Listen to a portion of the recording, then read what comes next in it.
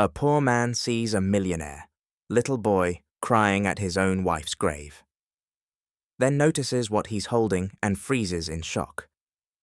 Before we continue, consider my humble request to like and subscribe, as it's completely free. Edward Collins knelt before his wife's simple headstone, brushing away fallen leaves. 5 years had passed since Claire's death, but the cemetery visits hadn't gotten easier. The autumn wind cut through his worn jacket as he traced her name with his fingertips. "I miss you," he whispered, the words carried away by the breeze. A sleek black Bentley rolled to a stop on the cemetery's main drive. Edward barely glanced up. The wealthy often visited the ornate mausoleums on the hill, far from Claire's modest plot in the valley section. He was replacing Claire's wilted flowers when he heard it, a child's sob. Edward looked up to see a small boy in an expensive suit standing just a few feet away, staring at Claire's grave. Tears streamed down the child's face as he clutched something in his small hand. "Hey," Edward called. "You okay, kid?" The boy startled like a frightened deer. "I'm sorry," he stammered, backing away. "I didn't mean to disturb you."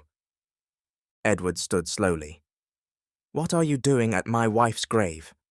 The boy's eyes, amber with flecks of gold, just like Claire's, widened in surprise. "Your wife?" he asked, his voice barely audible. Something cold settled in Edward's stomach. "This is Claire Collins, my wife." The boy looked down at what he was holding, then back at Edward. "She was my mother." The words hung in the air between them. Edward stared, certain he'd misheard. "That's impossible. Claire died 5 years ago. She wasn't—" The words died in his throat as he took in the boy's features. Claire's eyes, her high cheekbones, the way his head tilted slightly when confused. "My name is Thomas Harrington," the boy said. The name hit Edward like a physical blow. Harrington. 5 years ago, Victor Harrington had stolen Edward's software design, building an empire while leaving Edward destitute. Now a Harrington child stood at Claire's grave, claiming to be her son. "What are you holding?" Edward asked, his voice unsteady. Thomas hesitated, then opened his palm. In it lay a gold wedding band, Claire's ring, and a folded photograph. Edward recognized it immediately. He'd taken that photo of Claire at the beach the summer before everything fell apart. With trembling hands, he reached for it. Thomas reluctantly handed it over. Edward unfolded it, his breath catching when he saw the handwritten note on the back. "For my son, when you're ready to know the truth. My mother, my adoptive mother, gave me this before she died," Thomas explained. "Catherine Harrington, she told me I was adopted, that my birth mother died when I was born." His voice cracked. "She gave me this address and said I should come when I was ready." Edward sank back to his knees, eye level with the boy. Claire's eyes looked back at him from a face that, now that he studied it, held hints of his own features too. "Catherine died 3 weeks ago," Thomas continued. "Cancer. Dad hasn't gotten out of bed much since. Uncle Philip's handling everything." Edward's mind raced. Claire had left him after Victor Harrington stole his work. She'd never told him she was pregnant. How had her child ended up with the Harringtons? "You shouldn't be here alone," Edward said, looking toward the waiting car. "Does your family know where you are?" Thomas shook his head. "I told our driver I was visiting a school friend. He waits in the car." He hesitated. "Are you really her husband?" "I was," Edward said softly. "She left me 5 years ago, just before she died. I never knew." His voice trailed off as the implications sank in. This boy, with Claire's eyes and Edward's chin, born 5 years ago when Claire left him. The timing matched perfectly. Thomas studied Edward's face. "You look like me," he said simply. Before Edward could respond, a phone buzzed. Thomas pulled an expensive smartphone from his pocket. "I have to go. Uncle Philip checks my location." He reluctantly handed the photograph back to Edward. "Keep it," Edward said. It was meant for you. Will you be here tomorrow? Thomas asked, hope flickering in his eyes. Edward hesitated only briefly. Same time.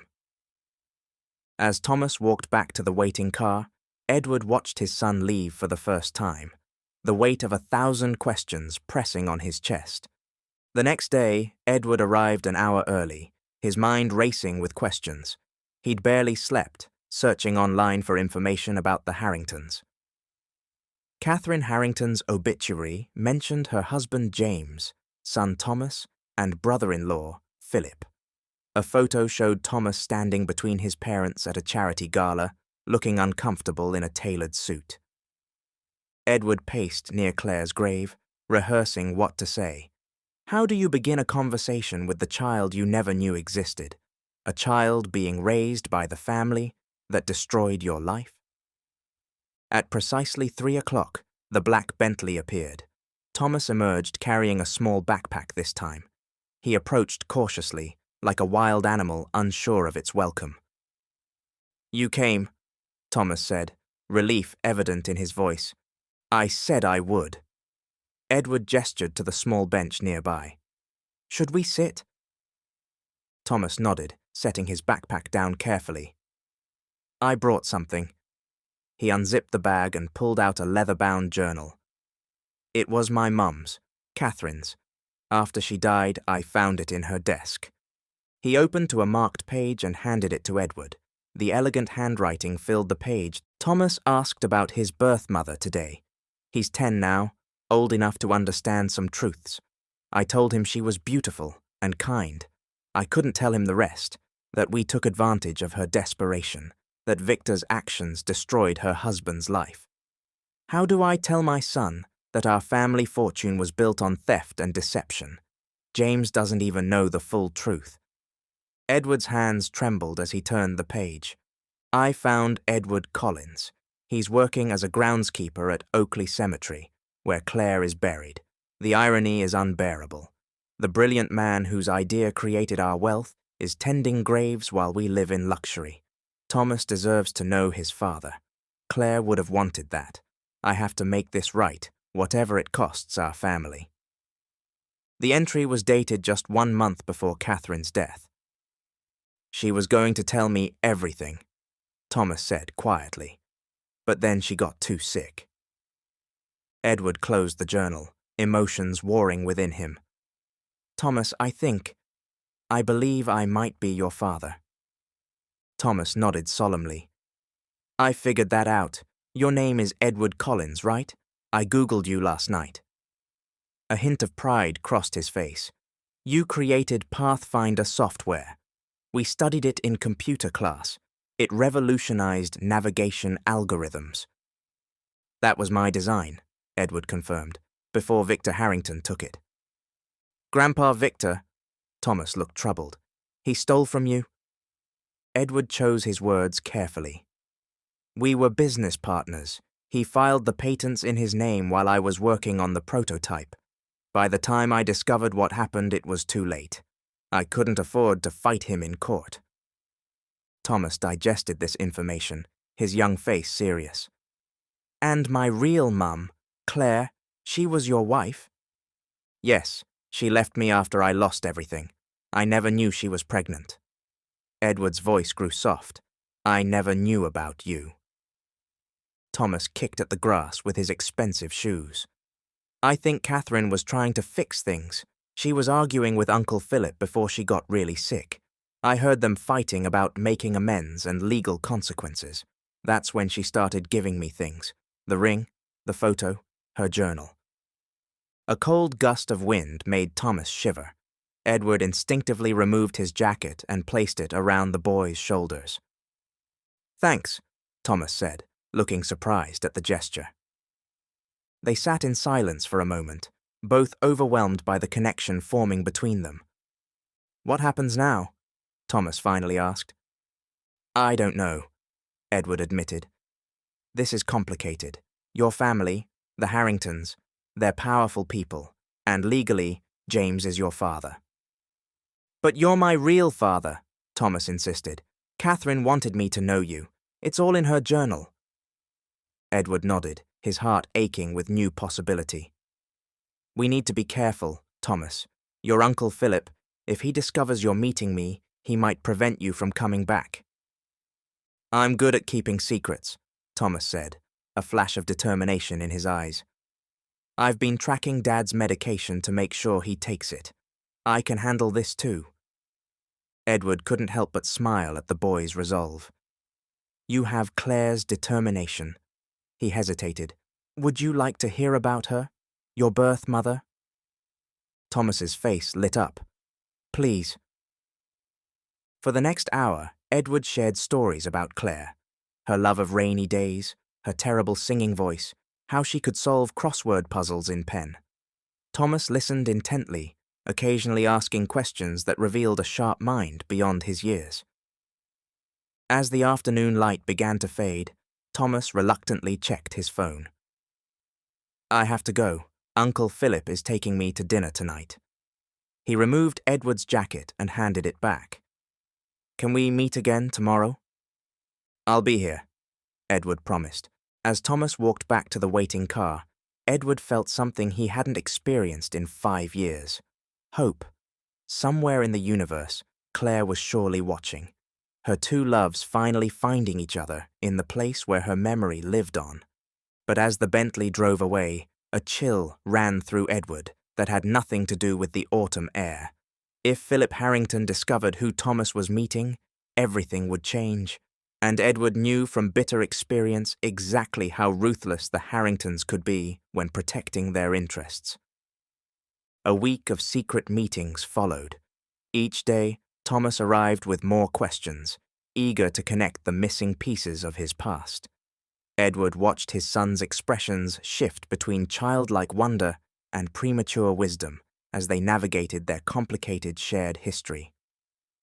On Friday, Thomas arrived looking troubled, his shoulders tense beneath his school blazer. What's wrong? Edward asked immediately. Thomas pulled out his tablet. Uncle Philip installed a tracking app on my phone. He pointed to a map showing the cemetery. He asked why I keep coming here. I told him I was visiting Catherine, but he didn't believe me. Edward felt a familiar dread. Did he follow you today? Number Y switched the tracker to Dad's phone before I left. Dad never leaves his room anyway. Thomas looked up, his eyes suddenly vulnerable. But Uncle Philip's sending me to boarding school in Switzerland. He says Dad can't take care of me properly right now. Edward's heart sank. When? Monday. Thomas's voice cracked. I don't want to go. I just found you. Edward placed a hand on Thomas's shoulder, feeling the boy lean into his touch. We'll figure something out, I promise. There's more, Thomas said. I went into Catherine's study last night.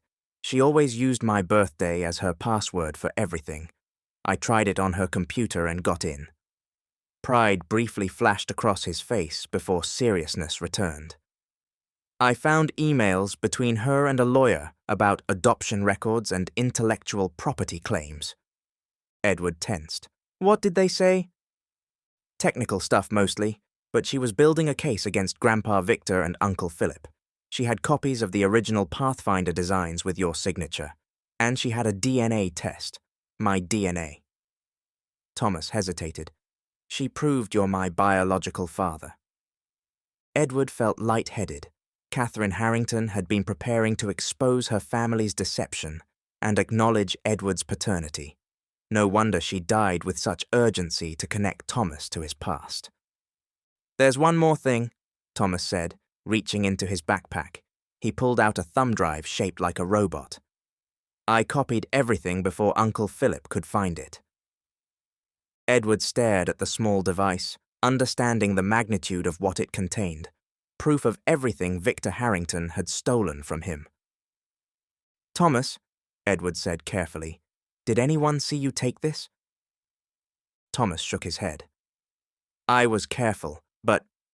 His phone buzzed with a text. The color drained from his face as he read it. Uncle Philip's coming to get me. Now he says there's an emergency. Edward glanced toward the cemetery entrance. Did you tell him you were here? No, But if he tracked Dad's phone... Edward made a quick decision. "Give me the drive. I'll keep it safe until we can meet again." Thomas handed it over reluctantly. "What if they don't let me come back before Switzerland?" Edward knelt to eye level with his son. "Then I'll find you. I promise. I won't lose you again." Thomas's eyes welled with tears. On impulse, he threw his arms around Edward's neck. "I don't want to leave." Edward held his son for the first time, memorizing the feeling. "Be brave like your mother was." He pulled back, looking into Claire's eyes in his son's face. "Remember, you're a Collins too." A black SUV pulled up at the cemetery gates. Thomas quickly wiped his eyes. "That's Uncle Philip's car." "Go," Edward said. "Don't give him any reason to suspect." Thomas nodded solemnly and walked away, turning back once to wave. As Philip Harrington stepped from the vehicle, Edward ducked behind a large monument, watching the interaction. Even from a distance, Edward could see Philip's agitation, his sharp gestures as he questioned Thomas. The boy responded calmly, shouldering his backpack with practiced nonchalance. When Philip glanced toward Claire's grave, Edward pressed himself against the cold stone, heart pounding. After they drove away, Edward waited another 10 minutes before emerging. The thumb drive felt heavy in his pocket, evidence that could reclaim everything he'd lost, including his son. That night in his small apartment, Edward plugged in the drive. Catherine Harrington had been thorough. Original design documents for Pathfinder with Edward's signature. Email threads between Victor and Philip, discussing how to secure the intellectual property before Edward realized its value. Financial projections showing billions in revenue from Edward's algorithm. Most devastating was a video file dated 3 months before Catherine's death. Her face, thin from illness, filled the screen. "My name is Catherine Harrington. I am recording this confession because I may not live long enough to make things right. 10 years ago, my father-in-law, Victor Harrington, stole the Pathfinder algorithm from its creator, Edward Collins. 5 years ago, when Edward's pregnant wife Claire sought help from our family, we arranged a private adoption of their child, without Edward's knowledge or consent. Our family's fortune was built on theft, and my son Thomas is being raised on the proceeds of this injustice. I cannot take this secret to my grave." Edward watched it 3 times, tears streaming down his face. The evidence was overwhelming. With this, he could reclaim everything: his patents, proper compensation, and legal rights to his son. As dawn broke, Edward made a decision. He wouldn't wait for Monday. He couldn't risk losing Thomas to Switzerland. It was time to confront the Harringtons. Saturday morning arrived with a steady rain, matching Edward's grim determination. He dressed in his best clothes, the suit he'd worn to Claire's funeral, now slightly too large for his frame. The Harrington estate lay 30 miles outside the city, a sprawling compound protected by gates and security cameras. Edward parked his rusted sedan a quarter-mile away and walked the remaining distance. The thumb drive felt like a talisman in his pocket. Each step brought memories of his last confrontation with Victor Harrington 5 years ago, when security had escorted him from the building as Victor watched impassively. At the gate intercom, Edward pressed the button, his heart hammering. "Collins for Philip Harrington," he stated, surprised by the steadiness in his voice. A long pause followed. Edward prepared to be rejected, already calculating his next move. Then, unexpectedly, the gates swung open. The long driveway revealed the mansion, a modern glass and stone structure perched on a hillside. Edward's invention had built this palace while he scraped by on a groundskeeper's salary. Before he reached the door, Philip Harrington appeared on the threshold. Tall and severe in an impeccable suit, he regarded Edward with cold recognition. "I wondered when you'd appear," Philip said. "Looking for a handout, Collins?" Edward met his gaze evenly. "I'm here about Thomas." Something flickered across Philip's face, surprise quickly masked by contempt. My nephew is none of your concern. My son, Edward corrected quietly, is every bit my concern. Philip's jaw tightened. So Catherine told you before she died? No, Edward said. Thomas found me at Claire's grave. Philip stepped outside, closing the door behind him. Listen carefully, Collins. James is barely functioning since Catherine's death. Thomas needs stability, not some cemetery worker claiming paternity. The boy leaves for Switzerland on Monday. That's the end of it. I have Catherine's evidence, Edward said, watching Philip's expression carefully. Everything. The Pathfinder theft, the birth records, her video confession. Philip's composure cracked momentarily. You're bluffing. Shall I show the board of directors? Or perhaps the media would be interested in how the Harrington empire was built. Philip stepped closer, his voice dropping to a dangerous whisper. You're playing a game you can't win, Collins. This family has resources you can't imagine. I'm not looking for money, Edward said. I want my son. He's not your son legally, Philip snapped. Catherine's misguided guilt doesn't change that. Before Edward could respond, the front door opened behind Philip. Thomas stood there, eyes wide with shock. Edward, he gasped. What are you doing here?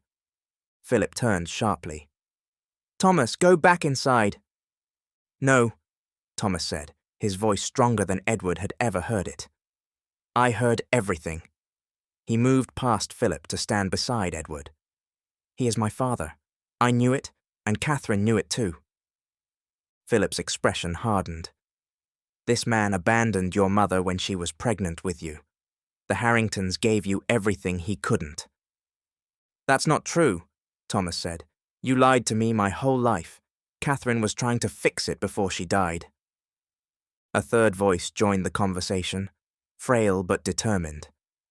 The boy's right, Philip. James Harrington stood in the doorway, gaunt and grey from grief, but his eyes were clear. Edward hadn't seen him since their university days, before Victor drove them apart. Dad! Thomas ran to his father, who placed a protective hand on his shoulder. You should be resting, James, Philip said tersely. James ignored his brother, focusing instead on Edward. Catherine left me a letter, to be opened after her death. I've been unable to face it until now. His gaze dropped to Thomas. She told me everything, about Claire, about the adoption arrangement, about what my father did to you. Edward could barely process this unexpected ally.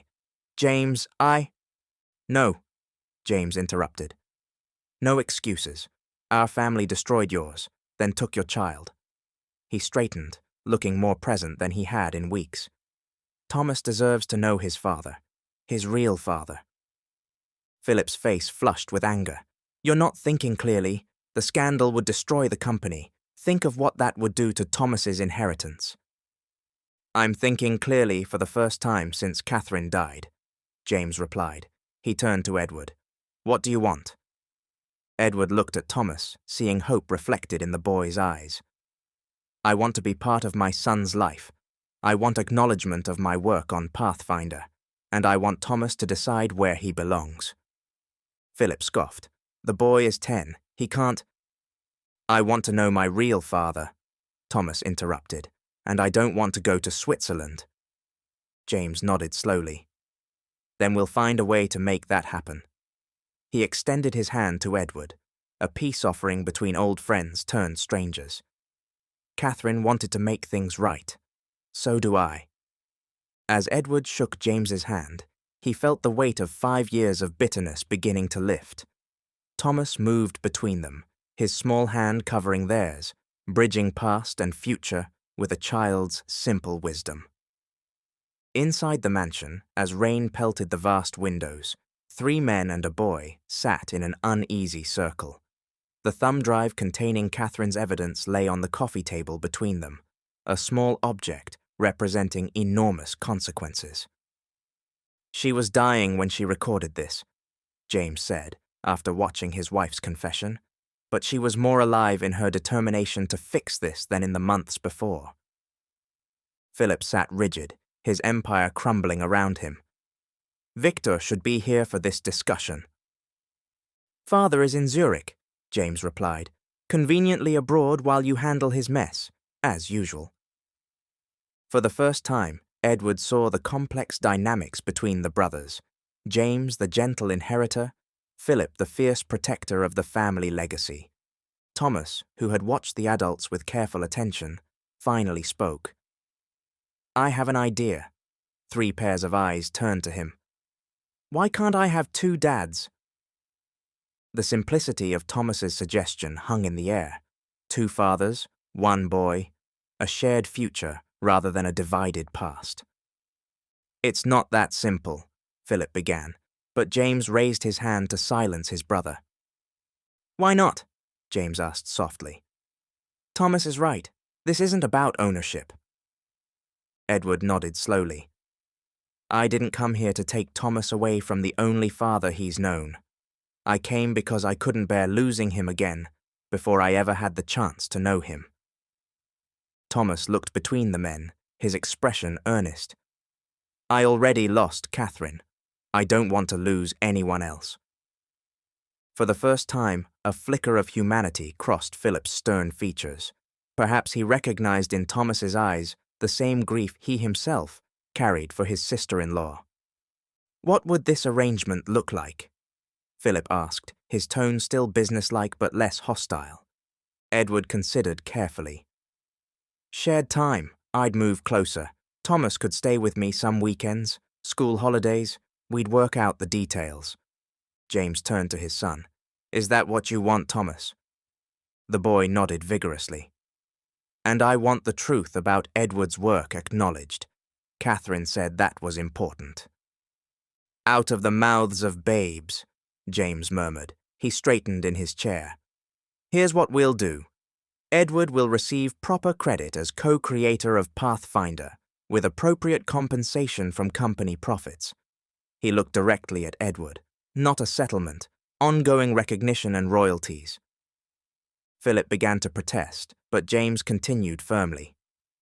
As for Thomas, we'll establish legal shared custody. Edward isn't trying to replace me, but he has every right to be part of his son's life. Edward felt a lump form in his throat. Thank you, James. Don't thank me, James replied. I'm merely cleaning up a mess my family created. He turned to Philip. You'll make this happen legally. No loopholes, no tricks. Catherine would have wanted it this way. Philip's jaw worked as he calculated options. Finally, he gave a curt nod. I'll have the paperwork drawn up, but the board will need to be informed carefully. And Father... I'll handle Father, James interrupted, a new authority in his voice. It's time Victor faced the consequences of his actions. Thomas, who had been quiet during this exchange, suddenly asked, What about Claire? Shouldn't we visit her together? All of us. The innocent question brought the conversation full circle, where this journey had begun, at a grave that connected them all. The rain had stopped by the time they reached the cemetery. The 4 of them stood before Claire's modest headstone, so different from Catherine's grand mausoleum nearby. Thomas placed fresh flowers on the grave, then stepped back between his 2 fathers. I wish I had known her, he said quietly. She would have loved watching you grow up, Edward replied, his voice thick with emotion. James placed a hand on Thomas's shoulder. Catherine kept photos of Claire in an album for Thomas. She always told him he had his mother's eyes. And my stubborn chin, Edward added with a small smile. Thomas looked up at Edward. Will you tell me more stories about her? About when you were together? I'll tell you everything, Edward promised. We have time now. As they stood there, the afternoon sun broke through the clouds, casting long shadows across the cemetery grass. 4 shadows that gradually merged into one as they moved closer together. Not quite a family yet, but no longer strangers. 1 month later, Edward moved into a small house just 10 minutes from the Harrington estate. The royalties from Pathfinder had already transformed his life, but nothing compared to the weekend mornings when Thomas would arrive on his bike, eager to continue building their relationship. James, emerging from his grief, became an unexpected ally. The two men discovered they worked well together, their different perspectives complementing each other in raising Thomas. Philip remained distant but honored the agreement, perhaps recognizing that Thomas was happier with both fathers in his life. On Thomas's 11th birthday, they gathered at Edward's house, James, Edward, and Thomas, to celebrate together. As Thomas blew out his candles, Edward caught James's eye across the table. No words were needed between them. They both understood what Catherine and Claire would have wanted, their son surrounded by love, the broken pieces of his origin story finally made whole. Thomas, with a child's remarkable capacity for adaptation, flourished in this new reality. He carried Claire's wedding ring in his pocket like a talisman, occasionally taking it out to study the inscription Edward had shown him. Love endures beyond all barriers. And it had. Standing at the window that evening after Thomas and James had left, Edward watched the sun setting over his new neighborhood. He thought of Claire, of how life's worst moments sometimes led to unexpected grace. 5 years ago, he had lost everything: his work, his wife, his future. Now, through the courage of a dying woman and the curiosity of a 10-year-old boy, he had found his way back to what mattered most. His son was the bridge between past and future, between loss and renewal. Through Thomas, both Claire and Catherine lived on. Through Thomas, two men who should have been enemies found common ground as fathers. Edward touched the photograph of Claire that now sat framed on his mantel. "You should see him," he whispered. "He has your heart." Outside, the first stars appeared in the darkening sky. Edward Collins, no longer a poor man, finally had the wealth that truly mattered, not measured in patents or bank accounts, but in second chances, and a child's trusting eyes looking up at him, saying simply, "See you next weekend, Dad." 5 years later, Thomas Harrington Collins stood between two men at his high school graduation. At 16, he'd grown tall and confident, with Claire's warm eyes and a determined spirit that belonged uniquely to him. "They called both your last names," Edward said proudly, straightening Thomas's cap. "As they should," James replied, his once gaunt face now healthy again. "He carries both our legacies." Thomas grinned at his father's. "And Mom's," he added, touching the wedding ring he now wore on a chain around his neck. "Both of them." After the ceremony, they visited the cemetery together, a tradition they'd maintained on special occasions. 2 graves, side by side now. James had arranged for Claire's remains to be moved next to Catherine's, creating a physical connection that mirrored their intertwined stories. Thomas placed identical bouquets on both headstones. "I'm going to MIT in the fall," he told the graves softly, "to study computer science, like Edward, but I'm minoring in art history, like Catherine." As Thomas spoke to his mothers, Edward and James exchanged glances. Their unexpected partnership had evolved into genuine friendship over the years. The Harrington Collins Foundation now funded technology education for underprivileged youth, turning a story of theft into one of opportunity for others. Victor Harrington had passed away 2 years earlier, having lived long enough to see his grandson flourish under the joint guidance of both fathers. Before his death, he'd finally apologized to Edward, not enough to erase the past, but sufficient to allow them all to move forward. "Ready?" Thomas asked, returning to his father's. Edward nodded, placing an arm around his son's shoulders. James did the same from the other side. Together, they walked away from the graves toward the future, their shadows merging in the late afternoon light. 3 people connected by loss and love, by mistakes and forgiveness, by a chance encounter at a grave where a poor man once saw a millionaire little boy, crying, and noticed what he was holding. the keys to both their hearts.